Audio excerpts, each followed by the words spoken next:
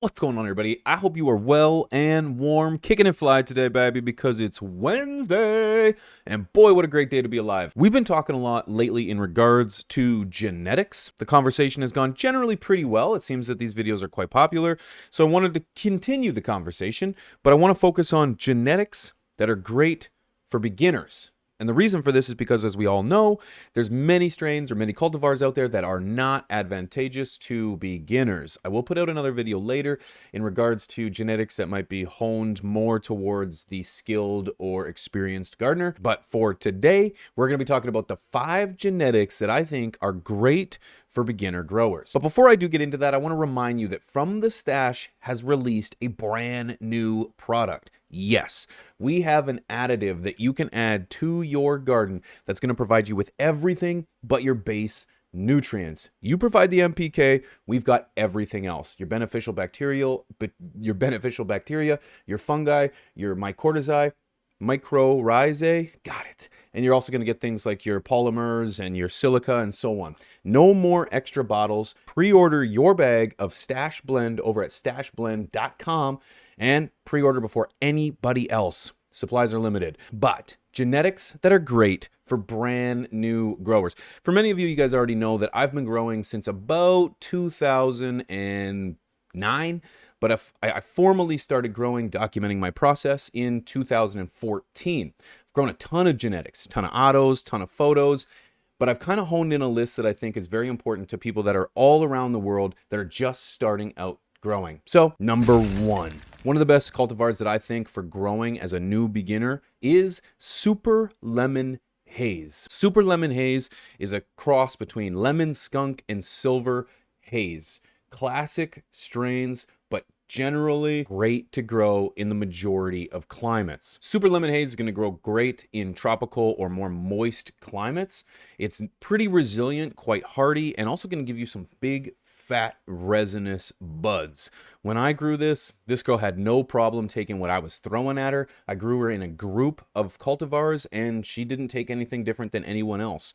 Generally speaking, if I can find a cultivar that's going to blend in with the group, that's a keeper for me. And Super Lemon Haze was one of those keepers. So if you're looking for an easy to grow, reasonable flower time, I think Super Lemon Haze is a cultivar for you. Check it out. I can't tell you where to get these genetics, but a simple Google search will help you find them.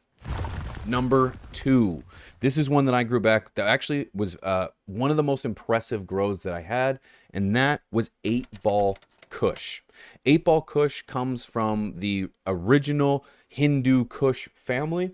It is a fantastic strain to get your hands on as a beginner. Generally speaking, you can do just about anything to this plant, whether it's high training, whether it's high food, you're going to get away with it because it's got a lot of forgiveness to it. And I think as a new grower, someone who's still trying to dial in feeding regimens, still trying to figure out light schedules, maybe a perpetual schedule system, the 8-Ball Kush is going to work wonderful for you. You're going to get a flower in about 50 to 60 days. So she is a shorter flowering cultivar, which is great for those that have no patience. So if you're looking for something easy and efficient, consider growing 8-Ball Kush. I think you'll love it. Number 3. This is one of those cultivars that has gone and through the test of time, and that is Blueberry Headband. That's Blueberry Headband. Blueberry Headband is a cross between blueberry and headband. Both very well-tested, tried genetics, and I think if you were to get your hands on them, they'll do wonderful for you as well. You're going to get medium-sized plants. They're going to be bushier plants, but they're also going to be thick, resinous buds. If you're growing a few plants in one space, this one's going to work well for you because you're going to be able to fit a few of them in that area. Whether you're growing in a tent or a closet, I seriously think that the Blueberry Headband is going to work well for you. Not to mention, with little effort, you can still get some really great harvests. Good-looking resinous buds, good squat bushy plants. Blueberry Headband, one of those fan favorites that no matter who I'm trying to supply to, always enjoys the smoke. So, good smoke, easy to grow, resilient. Blueberry Headband is a great pick for you. Now here's a classic one. I wanted to add this to the list because I've grown it a few times and I have never had an issue. That's Girl Scout cookies. Did you know that Girl Scout cookies is a blend between Durban Poison and OG Kush. Yeah, there's a reason that this is a tried, tested genetic and why everyone is talking about it. It grows easy, it's resilient, you can train it, you can overfeed it, underfeed it. She's going to be just fine. She's going to be fine. You can feed her in a group and she's going to handle being treated just like the rest. Durban Poison, one of those old classic strains, mixed together with another old classic strain, the OG Kush, gives you that great Girl Scout cookies name that everybody relies on. And I think as a new grower, this is exactly what you're going to want to try, because you know what? Who doesn't want to try something as classic as Girl Scout cookies when they first start gardening? So grab a cultivar that everybody already knows that you're going to be able to kill with your very limited experience. So number 4, Girl Scout cookies. Number 5. Now this one is one that I wanted to add to the list because like any cultivar, you want to get something that's got really good, pungent, potent tastes and effects.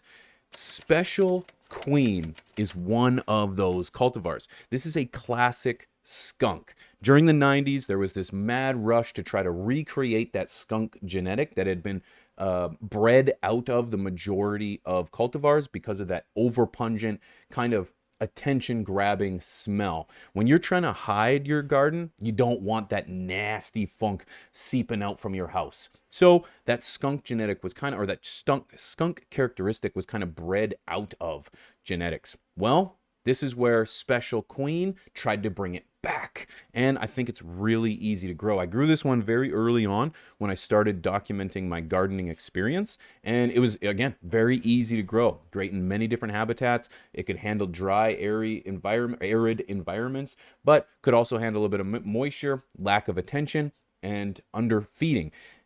Generally in my garden, my routine and schedule doesn't allow me into the garden as often as I would like. So oftentimes I'm either underfeeding, overfeeding through rushing, and this has a detrimental effect on my genetics. Well, Special Queen took it all. I threw the kitchen sink at her and she tossed it back.